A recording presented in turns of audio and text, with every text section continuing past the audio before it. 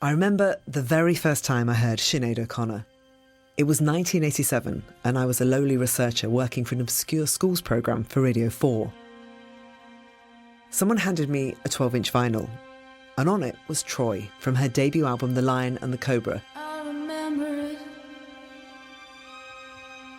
in Dublin in a rainstorm. We're sitting in the long grass in summer. Sinead was just 20 years old and I was about the same age. Instantly, I was mesmerised. I played it once. I played it again and again and again. Her voice was so distinct and striking, and the music, oh my gosh. It's Radio 1 and that's Sinead O'Connor, and Sinead's with me now. Welcome along. Thanks.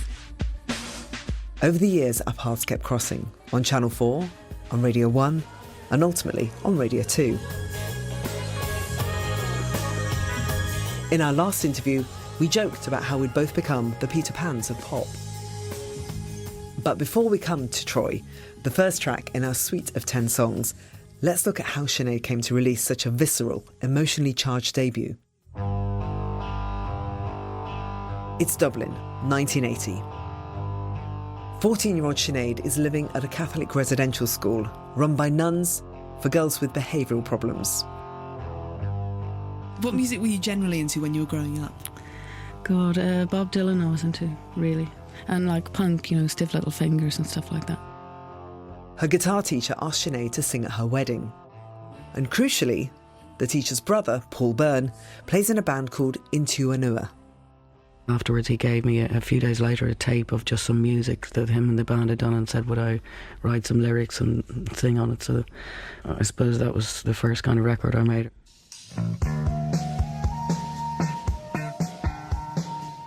She knew how to write a song, Sinead. She was into the craft. Steve Wickham, known as Ireland's top rock violinist, was a founding member of that same band. This was a song called Take My Hand.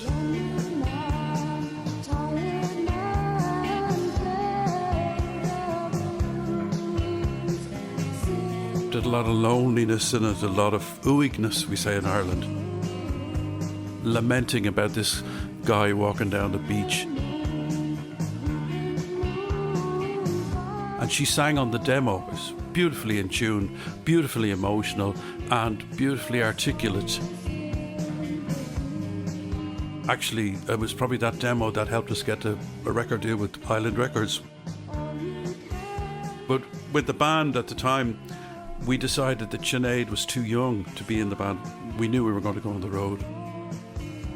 So Sinead put an ad in a music mag and joined her next Dublin band, Tonton Macoute. They asked me to go in and produce the demo. It's actually a great song. Somebody coming in with a big smile and it lights up your world. She was like that herself. I can see the light shining in the tunnel. She was bouncing all around the place all the time and really delighted to be alive and singing away and playing away. But all it takes is a spark of your smile, my love. Well, that's all it takes. In the mid-80s, London record labels were scouring Dublin for the next big thing. So turn on your lamp, turn on. 18-year-old Sinead signed a record deal with Ensign in August 1985. So they said to come over to London and make some demos of songs. So they signed me on the strength of those, and 3 of those went on the first album. Troy was also written in London, inspired by a failed love affair and the recent death of her mother in a car crash. The title was inspired by No Second Troy, her favourite poem by William Butler Yeats. I remember it in Dublin in a rainstorm. We're sitting in the long grass in summer. Something extraordinary happened with Troy. Keeping warm, I remember it. Musician and writer Adele Bataille. Every restless night.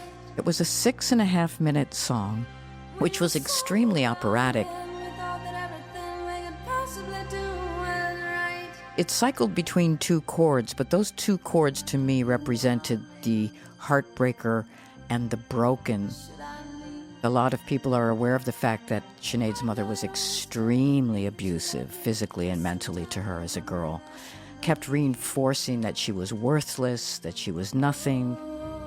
This, created a big schism in Sinead, wanting her mother's love, longing for that approval. I kill a dragon for you and die. And to show her mother that she could seize her own strength. She would not be destroyed. This song was her proving her worth. The phoenix from the flame. I have learned. Now will rise. The ghost of Sinead's mother haunts every suite of songs she's ever written. Being what I am.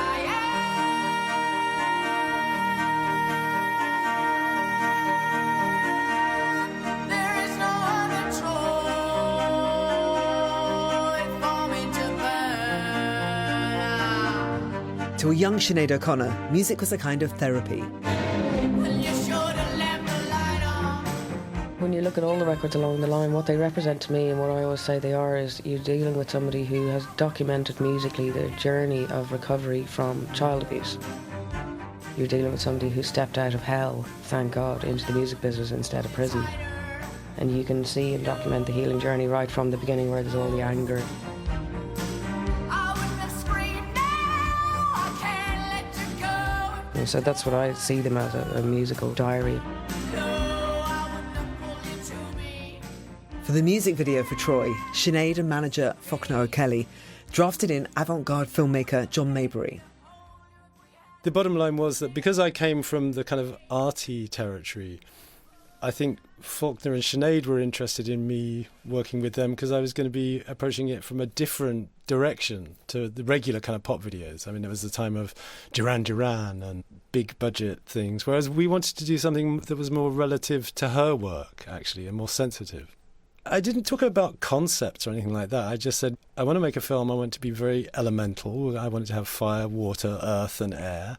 There was no big kind of game plan. We went to Dublin. We shot in locations.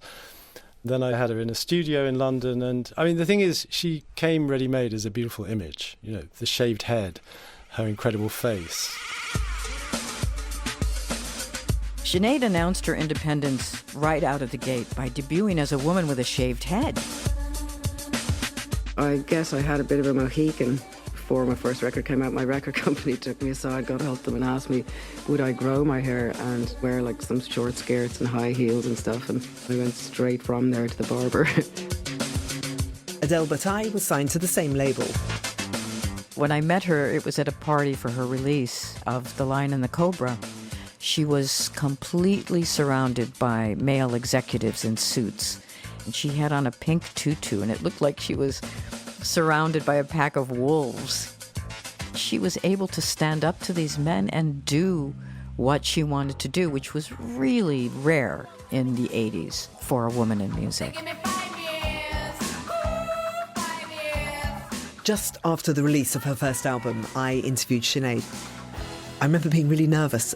I was so in love with the sounds that I'd been hearing, and I was desperate to meet her. She didn't let me down. She was utterly mesmerising. She was vulnerable, this real distinct vulnerability about her, yet fiercely defensive. You had to win her trust. Would it be fair to say that as far as you're concerned, Sinead O'Connor will be very much the boss? Yes, definitely. Definitely. I don't mean that in a horrible way, but I have to be in control right from the beginning, and not that I'm going to be bossing people around or anything, but just that, the last word is mine, because it's my head on the block. While making The Lion and the Cobra, she met drummer John Reynolds, with whom she had a child and soon would marry. He would go on to co-produce many of her records. He kind of grounded her into this, okay, you are a star, but you're as good as the people that are around you. He really looked after her, I think, in those early days with regards to band and her identity, It wasn't in my nature, the whole pop star thing. I was actually coming from more of a punk place. Embraced by music magazine The NME, she was spiky and opinionated about Irish politics, while calling out racism and sexism in an exploitative music industry. People tend to be patronising, and they tend to think that, you know, they know better because they're men and they've been in the business for, you know, X amount of years. My record company are important because they're very encouraging and everything, but what isn't important is A&R men trying to get in my knickers. Here's another lady making her first appearance. She's got an excellent new album out at the moment called The Lion and the Cobra, and a single Mandinka at 22 in the charts. This is Sinead O'Connor.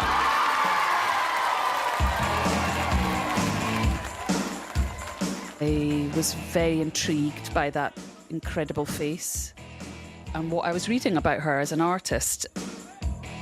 Shirley Manson of rock band Garbage. When I first saw her on Top of the Pops, more than anything, it was her voice at first that blew me away.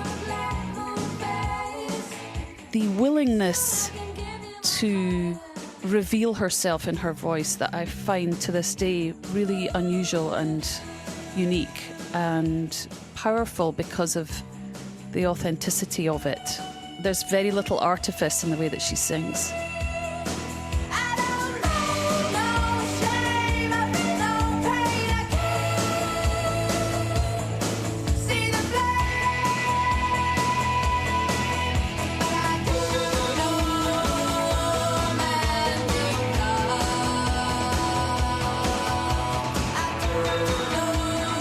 When I later interviewed Sinead, she explained how this first taste of success didn't sit easily with her.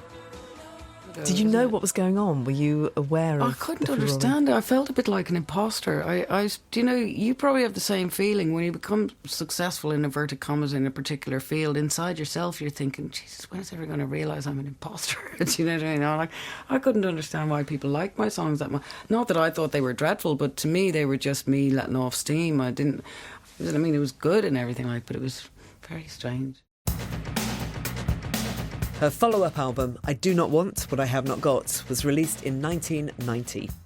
But before we get to the mega hit that would top the charts worldwide, let's take a listen to some of the other standout tracks from that record that are often overlooked.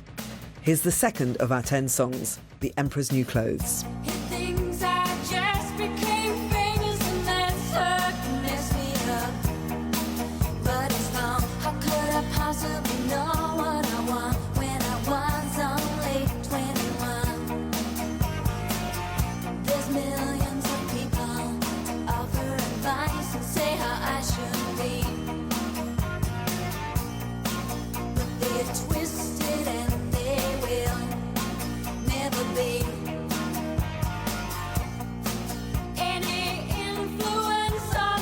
I was surrounded by people who were all marvellous and all lovely, but none of them knew who I really was. You lose your sense of self to a certain extent, which was never that strong in me in the first place. On Emperor's New Clothes, she's dealing with fair weather friends and gossip and people who want to know you because you're famous. And she was grappling with those complications of fame. It impacted her first relationship with her husband, John Reynolds, and the father of her first child.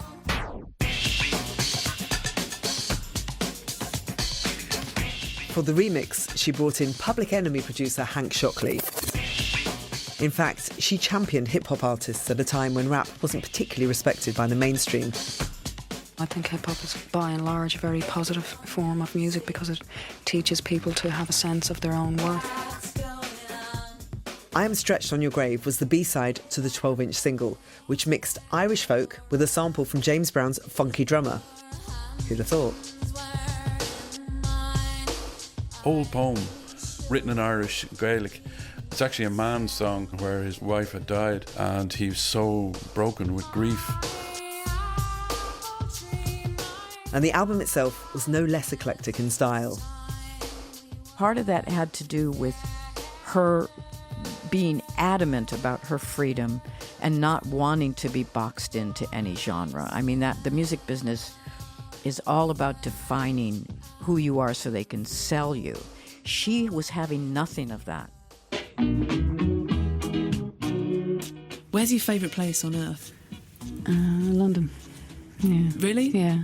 Yeah. It's not too kind of built up for you and hard. Yeah, it is, but I love it. I mean, it is a complete concrete jungle, but I love it. It's the best city in the world to me because it has the most amazing mix of people.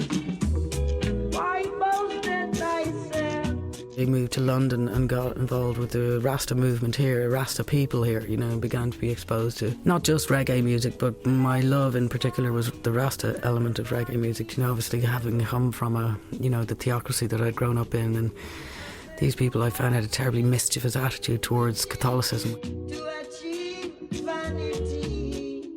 In London, Sinead became aware of the racial prejudices and injustices suffered by people of colour.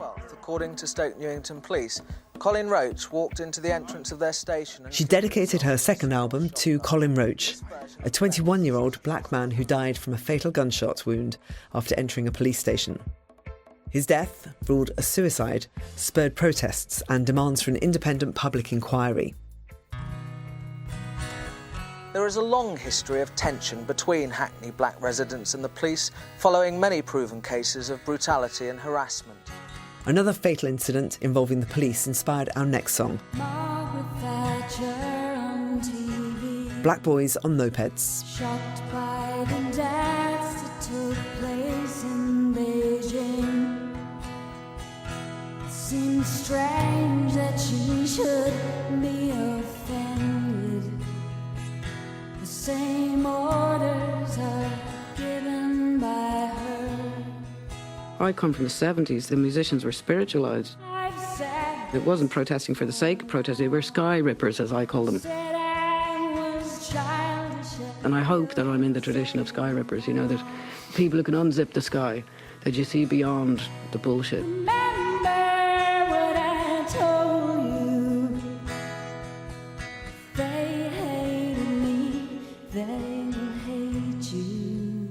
I think it was a protest song and a song of grief. England's not the mythical land of... And it was very much an indictment of Margaret Thatcher's England. It's the home of police who kill black boys on mopeds. And I love my boy, and that's why I'm leaving. I don't want him to... Her aspiration was to give us a healing, like to expose pain and suffering and to try to create through her beautiful voice and her lyrics a healing for people that needed it. 5 a.m. looking for food for her kids.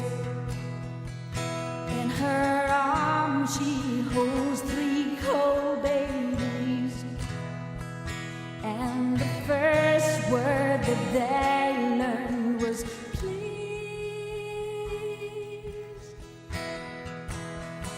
She says, these are dangerous days. To say what you feel is to dig your own grave. say what you feel is to dig your own grave. That's what's going on now with cancel culture. You know, if you tell the truth, if you say what you feel, you can easily get canceled. She's had so many Cassandra moments where she's predicted what would happen. England's not the mythical land of Madame George and roses. It's the home. Shirley Manson. I mean, the thing that frustrates me in general about Sinead O'Connor is what a brilliant songwriter and musician she was. And it was never really recognised the way it should have been when she was alive. What's the Prince song again? Yes, of course, the world knows her for that, but I think that eclipses her works so much that that's problematic, I think. Of course, Nothing Compares to You, our song choice number 4, originally written by Prince. It's been 7 hours and 50 days since you took your love away.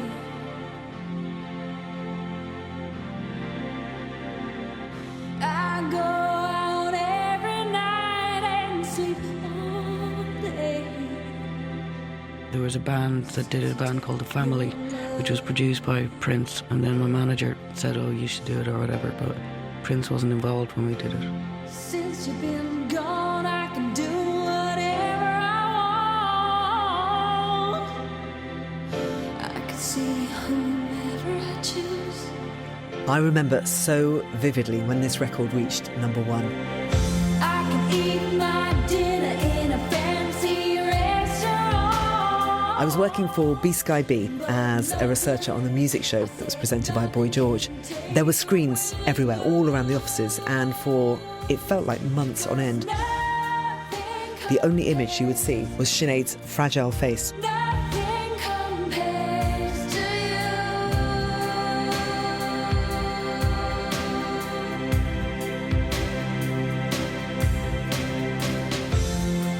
It's been so lonely without you here. The simple yet stunning music video was directed by John Maybury. The song is about loss and longing, and so I wanted a sort of melancholic feeling to it. And I'd been looking at photographs by this French photographer, Eugene Atget, who'd taken pictures of Paris at the turn of the century, and I loved Père Lachaise, the cemetery, which is it's a beautiful place. So I decided to go to Paris. I think we had £40,000, which was an average budget for a video at that time, so low to average. We shot the location stuff over a day or so. And then in the studio, I actually wanted it to look like there's Carl Dreyer's Joan of Arc, is a beautiful black and white silent movie. And the framing in that was what inspired the framing of Sinead. And so we set this thing up, and it was just one camera on her for I did, I think, 13 takes altogether. And in the first take, she cried. We were all kind of slightly taken aback. People associate that song with either the loss of a love or the getting together of a love or perhaps the death of a loved one. To me, it was the death of my mother. And when it got to the line about all the flowers that you planted, Mama, in the backyard, that's when the little tear came down. All the flowers that you planted, Mama, in the backyard, all died when you went away.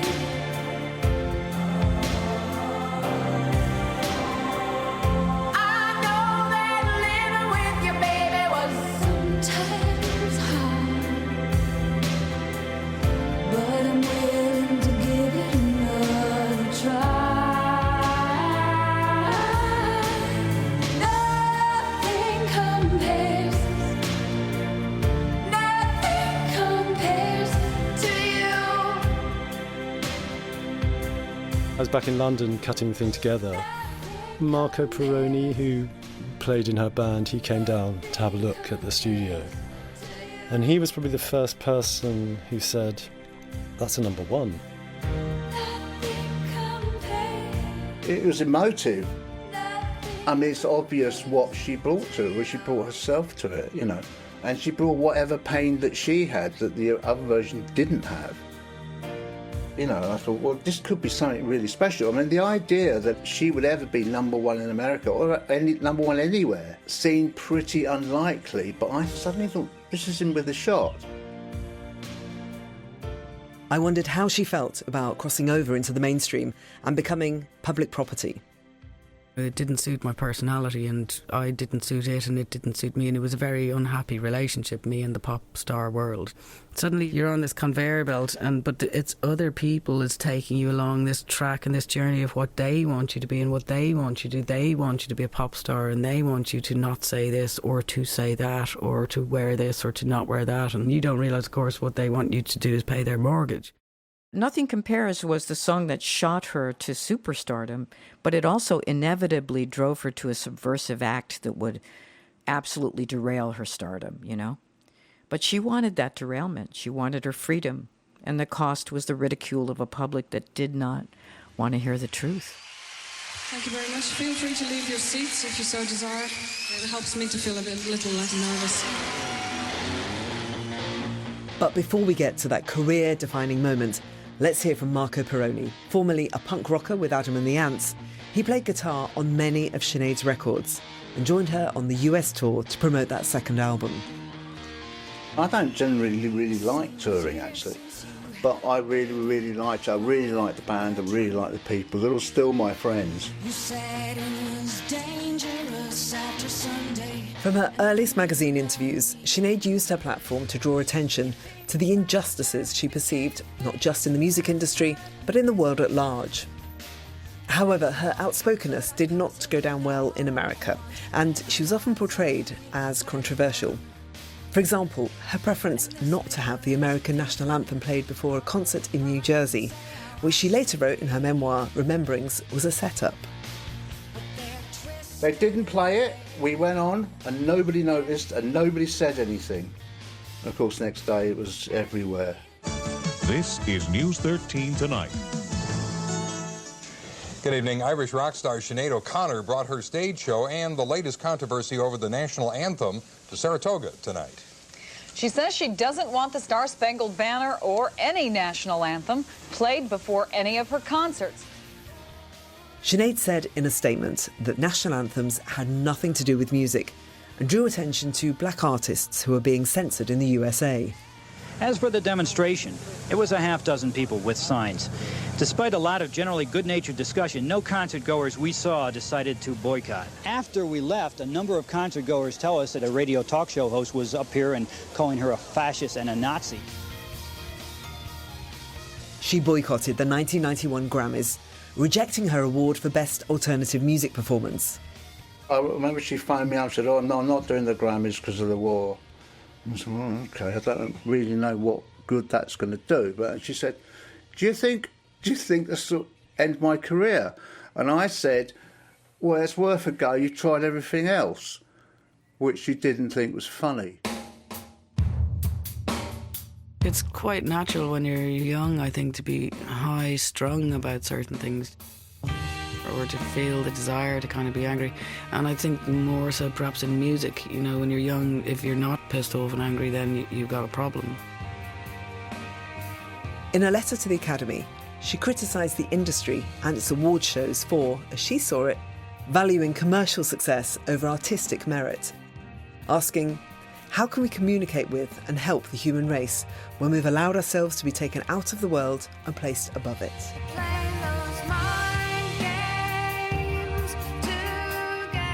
Everybody seemed to have an opinion about you, an opinion about your opinions, and they'd all kind of comment about what you were like when they were doing this stuff. See, it's such a trap because, like, you start off making records and people kind of start asking you opinions about things, and then when you give your opinion, they don't like it, basically, and beat you up for it, you know. And then also you start thinking that your opinion matters about things because people are asking you, you know. So it's a bit of a nightmare. But so how did you get over that? I mean, did you get very angry with those kind of pieces that were written? I guess I did. I was hurt more than angry. I mean, things hurt me because I was young and vulnerable. Are you getting fed up with people calling you controversial? Yes, I am getting extremely fed up with people calling me controversial. I'm not controversial. I'm lovely and sweet and nice.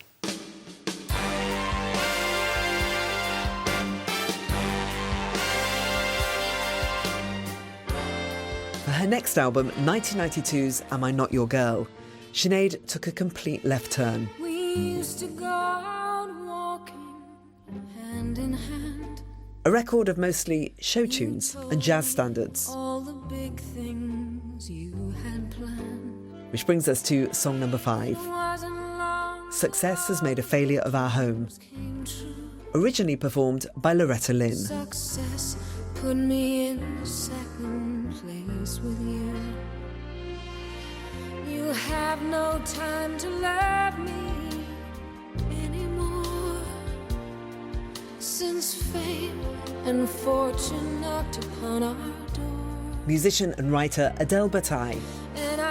She wasn't ready to write new songs. I didn't want to fall into that trap then of, you know, the follow-up album to the #1 single. I mean, I loved the songs, so I wasn't entirely being disingenuous.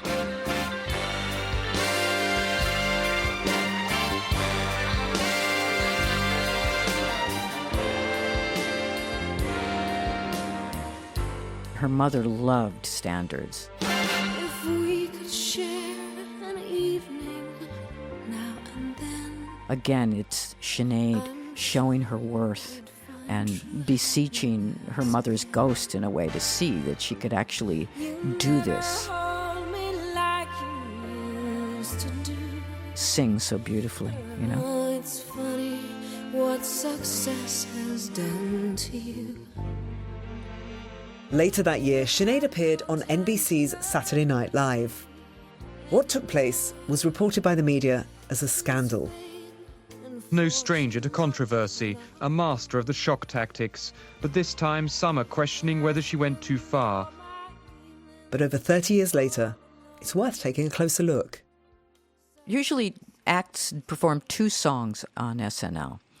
The first song she did was Success Has Made a Failure of Our Home. It was such a beautiful piece. She had an orchestra and candles were burning, and she had on what looked like a wedding dress. Sinead O'Connor. She did not rehearse what she was going to do for the second song. She came out, was reciting the words from Bob Marley's War. Until the philosophy which holds one race superior and another inferior. I was and am a fully paid up member of the Rastafari movement. There's a Rasta prayer cloth tied to the microphone, and I'm singing a Rastafari song, which is a speech that the Emperor Haile Selassie made to the United Nations in New York. Not only did I grow up in a theocracy, but a warring country. Lies about God were causing war, were causing all. They do still, isn't it? All over the world, people are killing each other supposedly in the name of God, and it's nonsense. Until the ignoble and unhappy regime which holds all of us through child abuse, yeah, child abuse, yeah. She changed some of the words to child abuse. She was really trying to bring to the public the idea that these things can happen, and they were happening in something as sanctified as the Roman Catholic Church. Fight the real enemy. With these words, she tore up a picture of the Pope and flung the pieces at the camera. NBC has been at pains to stress it doesn't condone what she did. I think that's a funny American phenomenon, that actually, the outrage. Without being flippant about it, Ian Paisley had been doing it over here for years. I think she was incredibly courageous and incredibly graceful, actually. Yeah, and unfortunately, see, we knew in Ireland 10 years before anyone else did really what had been going on with regard to children and the church, dreadfully, sadly, and so I understood people's reaction to it. But there are many different levels on which that night was important, not least, you know, that photograph had been on my mother's bedroom wall for my entire life. But more importantly, I think Ireland too, it was something about Ireland, and the fact that it was an Irish female Catholic survivor of child abuse who did that was really important, you know. She knew she was going to blow up her career. It was an extremely brave moment. Sinead O'Connor has made no comment. Her spokeswoman said she wanted the action to speak for itself. Sometimes I think if she had have explained it a little bit more, the backlash wouldn't have been so bad. The other thing about the action of tearing up the picture, you know, I wanted to make a statement about the type of artist that I am. I'm not a pop singer and I'm not a pop artist, and I don't want to be. You know, I'm an artist is what I am, and it was an artistic gesture. So I guess it got me where I wanted to be. It let people know who exactly I was and what exactly I was, and now they're in no doubt, and you can either love it or hate it, you know what I mean? And she was blacklisted for it. It was very hard for her for a long time to be accepted again or to have her music played on the radio again. The whole thing that you sparked off when you ripped up the picture of the Pope, do you regret that? No, I always say about that, if anyone asks me that, I am as proud of that as I am of having my 2 children. I still get told, oh, you know, you blew your career and this, that, the other, but I say, look, it's all down to how you define success. Success to me is, do I get to the end of my life having kept my contract with the Holy Spirit? And you believe, therefore, if you have that type of faith, you don't need material things, and you don't need a good name, you don't need to be popular, you don't need to be liked, you don't need everyone to think you're great. You just need to know that you, when you get there, kept true to your word. The proof of it would come true much later. Boston's Cardinal Bernard Law is under fierce public pressure to resign. He's already admitted that he knew that a paedophile priest was molesting young children for years, but simply kept moving him from parish to parish. Other cardinals face similar allegations. You didn't see any articles, about Sinead was right. In 1993, Sinead O'Connor moved back to Ireland. Another deeply personal record, Universal Mother, was released in 1994. A suite of songs that were about self-healing and kindness and compassion. And in some ways, it was a battle cry about misogyny and oppression against women. It's also a healing for Ireland. She said she wrote the album for Ireland. Thank you for hearing me. The record ends with the ethereal Thank You for Hearing Me, our song number 6. Inspired by the breakup of her relationship with Peter Gabriel, in Thank You for Hearing Me, she forgives herself, is full of gratitude for everyone who's ever come into her life to help her or hurt her, acknowledging that sometimes our heartbreaks are the things that teach us the most about wisdom and compassion. Thank you for loving me. Thank you for loving me. I had met a wonderful singing teacher who happens to be my father's best friend, and I studied every day a method of singing which is called bel canto, which really encourages you that singing is just animated speaking. Thank you for seeing me. The method of learning through bel canto is almost a spiritual study of being yourself, because they teach you you've got to speak in your own accent, your own voice, not put on American accents, that kind of stuff, So say my first couple of records I was singing like Chrissie Hynde and all the other people I admired, where when it came to Universal Mother and other records I was being Sinead. Thank you for holding me. The people that were her biggest critics were not listeners. She needed a type of a very intimate quantum type of listening where you're not just listening to the melodies or the music, you're listening to the words and you're listening to the spirit inside those words and to her miraculous voice. If you don't listen, you can't hear what's really happening. Thank you for breaking my heart. Thank you for tearing me apart. Sinead described it as her favourite song to perform live because of its hypnotic, meditative rhythms.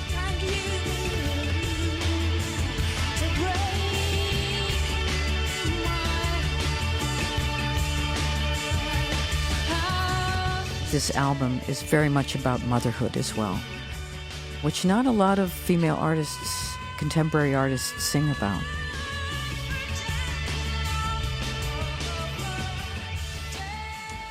Okay. It's Radio 1, and Sinead's with me now. Welcome along.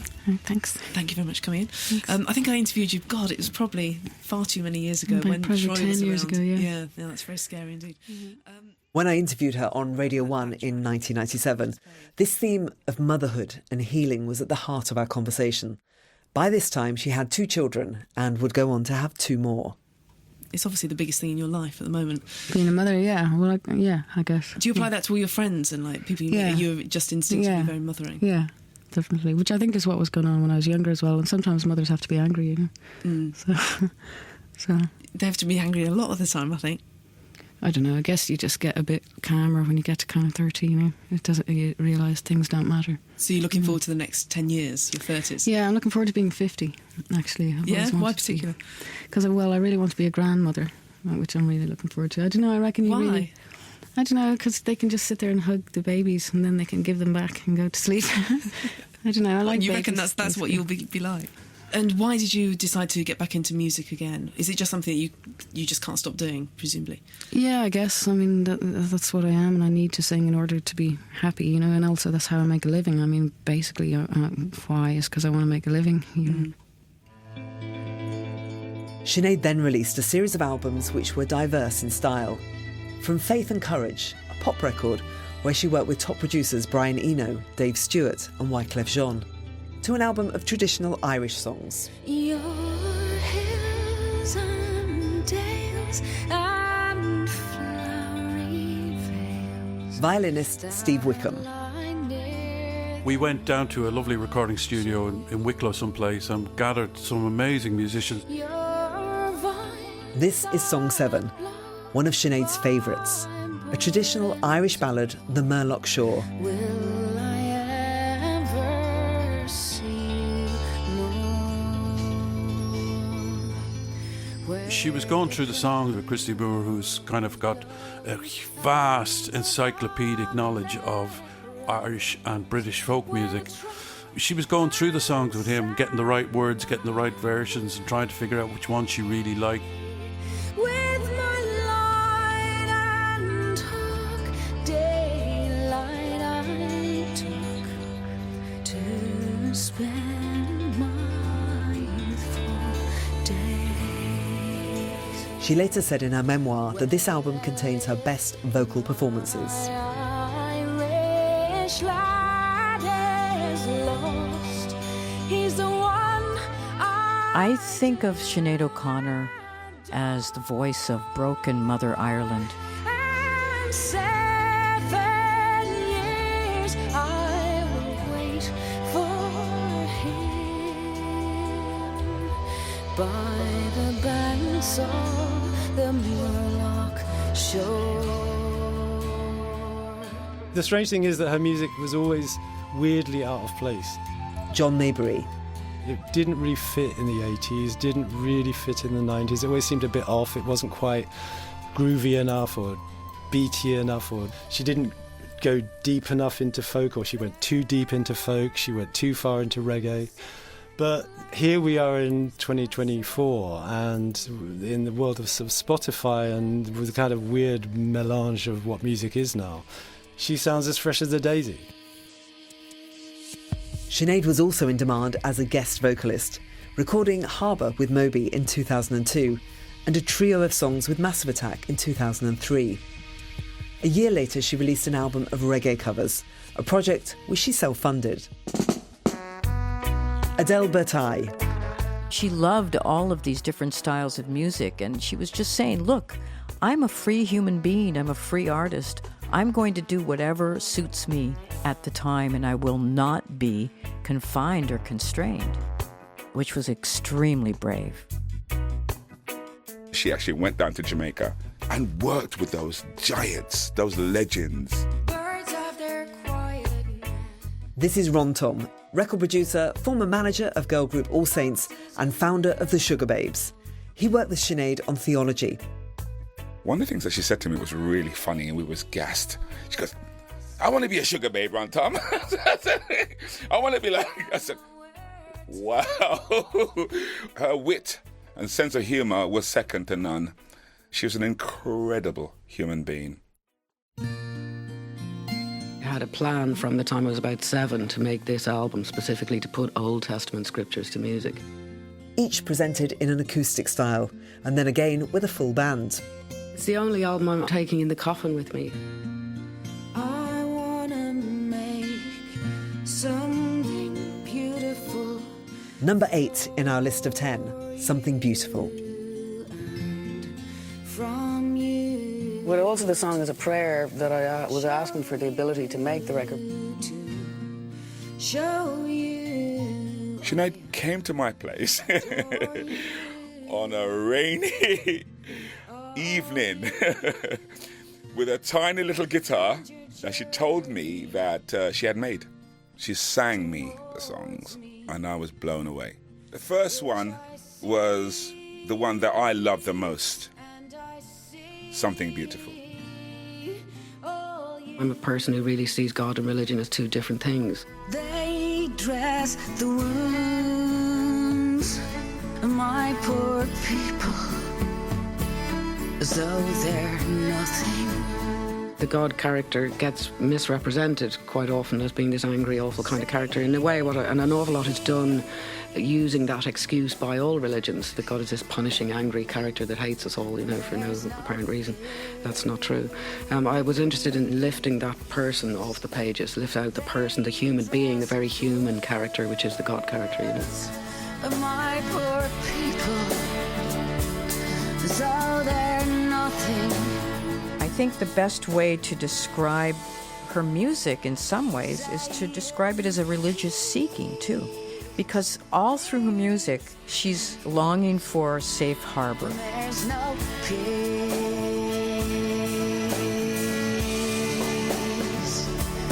Days without number. She was just searching, trying to find the clues, the answers, or knit them together, or leave them as a baton for others to search for their own spirituality through whatever medium that they can find God through. I could see that she was on the right road, on the right path, and she was going to open up for other people.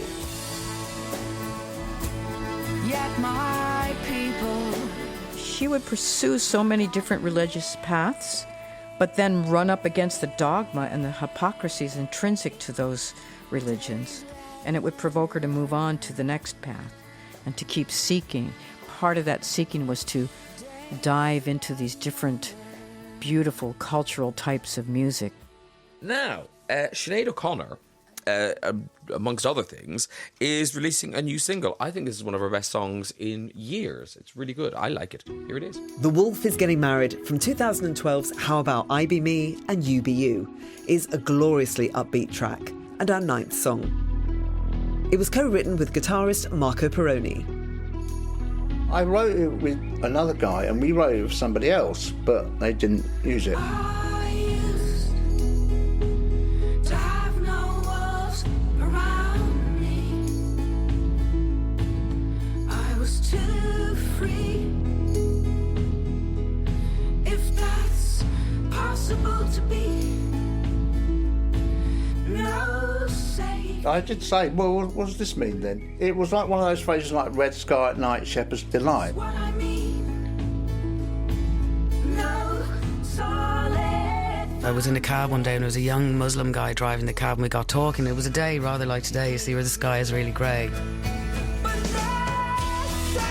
But you know the way sometimes you see a gap in the sky there when it's grey and there's a blue. And this guy told me that in the Arab countries they say, or the Islamic countries, that they call this the wolf is getting married.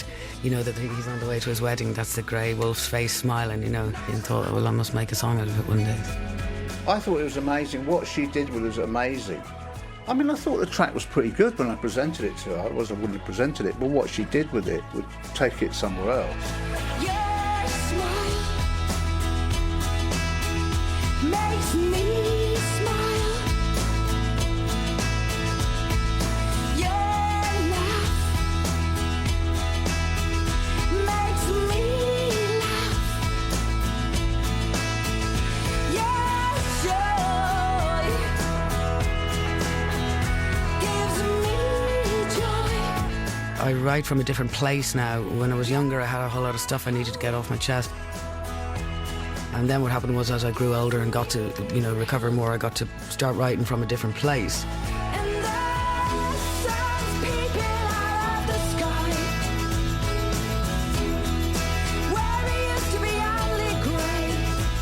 And I was aiming to take a journey that I've seen other artists on, like Van Morrison and people like that, a spiritualised journey where they're trying to get back themselves and everything. And they haven't always made it quite to the end, to happiness, unfortunately, because of circumstances or whatever, but I've always been determined to. In fact, I had a dream about me and Van and a bunch of other artists. We were all in a lift. The door opened, they all got out, but it was raining on the floor. They got out and they said, are you getting out? I went, no, I'm getting out on the sunny floor. You know? And I think that's what's happening with this record now, that when you listen to all the records along, you see actually this is a journey of a person who has actually made it to happiness. And that's done by Sinead O'Connor, who sat right here in front of me now. Looking fabulous. How are you? Good, thanks. Really good. Yeah. When I interviewed Sinead in 2013 on Radio 2, she was profoundly open about her struggles with mental health. Yeah. And then I think it was shortly after that things kind of went a bit wrong. And you... Well, I was ill, so I was in the midst of promoting the record. I was in the midst of tours, so I had to kind of suspend things basically till I got better. Was that a tough decision? Well, no, not really. To be honest, I was so sick that it was an easy decision. It was an extremely easy decision. No because option. I was very, very dangerously sick that I would have died if I hadn't made the decision, you know, so... The trouble is with the nature of the illness I had, there are physical symptoms, and that was what the difficulty was. I had lost the ability to sleep, for example. Can I ask what it was? Is it bipolar disorder? Okay. But what people don't often understand about mental illness, because it doesn't get talked about, is that the physical symptoms are the things that get in the way. Elsewhere, she was unflinchingly honest about everything, from her radical hysterectomy to her sexual desires and her conversion to Islam. But the relentless attention on her personal life and health struggles sometimes overshadowed her music, and she was often portrayed by the tabloids as eccentric or crazy. I don't like this thing of let's make Sinead out to be mental, because I'm a bit bored with that, to be honest. I did get labelled, over the years as being some kind of crazy person, and, that was a head-wrecker. And that happened and happens to artists who don't toe the line. I think it's more common that it happens to women. If you can't be brought down by one means, the final means that people will try is to crazy you and invalidate you, People like Syd Barrett from Pink Floyd or Brian Wilson, these are both men who struggled with mental illness, but it only contributed to their worship as these complex geniuses. But in Sinead's case, she was crucified for her politics and activism. She was derided for having many lovers and truly made fun of for her struggles with mental illness, and all because she was a woman with no filters and a brilliant woman. And I think she left herself open and exposed her demons and struggles outside of song, probably to her detriment. She engaged too much with the wrong side of the public on social media. Yet she continued to make music, teaming up with Belfast-based producer David Holmes. It was during the Black Lives Matter movement after the death of George Floyd. And, that's an example of her wanting to get involved, to make a difference, to help, in any way that she could. We both knew that she hadn't quite nailed it. It just wasn't perfect. And I knew it wasn't perfect. So she says, look, I'll go and learn it more. I'll come back on Wednesday. So on Tuesday night, I was up until 5 a.m. working on the tracks, going into Wednesday morning. So I crawled into bed about 5 o'clock. And I'm a very light sleeper. So the doorbell went at like 9 a.m. and my wife says, like, you sleep on, I'll get it. I just remember thinking, I bet you it's Sinead. And it was. She had actually been sitting in the driveway of my house since 7 a.m. And she said, I was so excited that I just woke up. I was so excited to sing the song that I just decided to drive up. And I was like, okay, cool. Got myself a coffee, jump into the shower, set the microphone up. She came in, boom, one take, boom, two takes, harmonies, boom. And it was like, even though I'd only had a few hours sleep, I was very conscious of what I was witnessing. And I've said this before, but it was my Nina Simone moment, It was like bearing witness to one of the all-time greats sing this amazing song with such soul and conviction and control and telling the story of the song. It was incredible. It's a moment I'll never forget. Our final song, Trouble of the World, was released in 2020. All profits from the track sales were donated to Black Lives Matter charities. Soon I will be done. Oh, trouble of the world. Sinead told Rolling Stone magazine, on the surface, the song is talking about death. But to me, it's talking about how there is a journey and a destination toward peace and love on Earth, and that we will get there. Soon I will be done with the trouble of the world. Going home to live with God.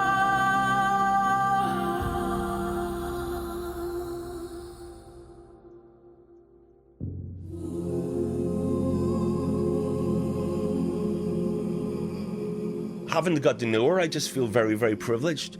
She had a profound influence on me, just as a human being. She made me rethink a lot of stuff. I'll be grateful for that for the rest of my days. What is a real VIP? The death of the Irish singer and songwriter born Sinead O'Connor was announced this evening. She was just 56. The hugely talented performer converted to Islam in 2018 and changed her name to Sudaha Siddiqui. with vanity. Sinead died of natural causes at her London home on the 23rd of July 2023. Shirley Manson. It infuriates me now that she's kind of been turned into this kind of saint, and there's a presumption that we all admired her while she was alive and praised her and listened to her advice, and none of that was true. I always think of songs as if they're like ropes that people hang on to. It's the same for a writer as it is for a listener. So 1 year on, To help our own how best might we honour her life and music? Playing and singing her songs and listening and looking deeper into what she was trying to tell us and how she was trying to love us and be loved. The artists always spoke their people's needs. She was a vulnerable, beautiful, Joan of Arc-like figure. What devils feed. I think a lot of people were very frightened of her and frightened of that talent and that beauty Of MTV. and the honesty that was behind that. Telling the youth to worship futile dreams. A truth teller, a great songwriter, an amazing singer. In a weird way, she was probably one of the most important people politically in Ireland in the last sort of 50 years. I'd like to bring it back to the Yeats poem that she got the title of Troy from, No Second Troy.